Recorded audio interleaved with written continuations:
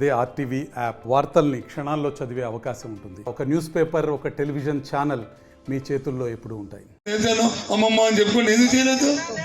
ఇవాళ తగ్గుదాం అంటే మళ్ళీ నేను ఒక స్టేట్మెంట్ ఇస్తున్నాడు ఆయన కూర్చొని అక్కడ.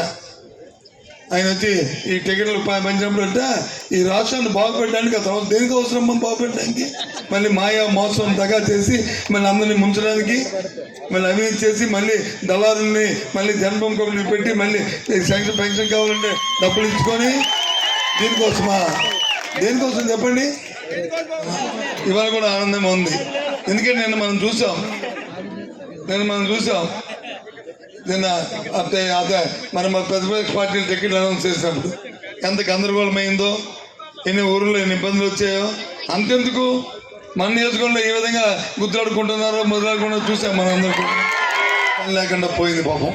అలా ఏదో మనం సామెత చెప్తాం కదా, ఇది కాటిగా నక్కలా కాచు కూర్చుంటున్నా అలా కాచు కూర్చున్నాను. అవలే అలాగే పని. ఇవాళ మనకు తెలుసు ఈ ప్రాంతంలో ఉన్న పెత్తందారుల చేతిలో ఎన్నాళ్ళు ఈ నియోజకవర్గం నలిగిపోయిందో, ఎన్నాళ్ళు ఇబ్బంది పడిందో మనకు తెలుసు. ఏ ఒక్కరోజునే ఇక్కడున్న సామాన్యుల గురించి ఆ పెత్తందారులు ఆలోచించేసారా? ఆలోచన చేయండి. ఎప్పుడైనా సరే ఆలోచన చేశారో ఈ రాజ్యం ప్రాంతంలో ఉన్న నాయకులు ఎప్పుడులే ఎంతసేపు వాళ్ళ అభివృద్ధి, వాళ్ళ తాలూకా ఫ్యాక్టరీలు, లేకపోతే వాళ్ళ పొలాలు, లేకపోతే వాళ్ళ పిల్లలు, వాళ్ళ సంక్షేమం అవి చూశారు తప్ప ఇక్కడ కూర్చొని ఎవరు పేదవాడి గురించి ఆలోచన చేయండి. మరిన్ని వీడియోస్ కోసం ఛానల్ ని సబ్స్క్రైబ్ చేయండి. లేటెస్ట్ అప్డేట్స్ కోసం వాట్సాప్ ఛానల్ ని ఫాలో చేయండి. అండ్ లింక్ డిస్క్రిప్షన్ లో ఉంది.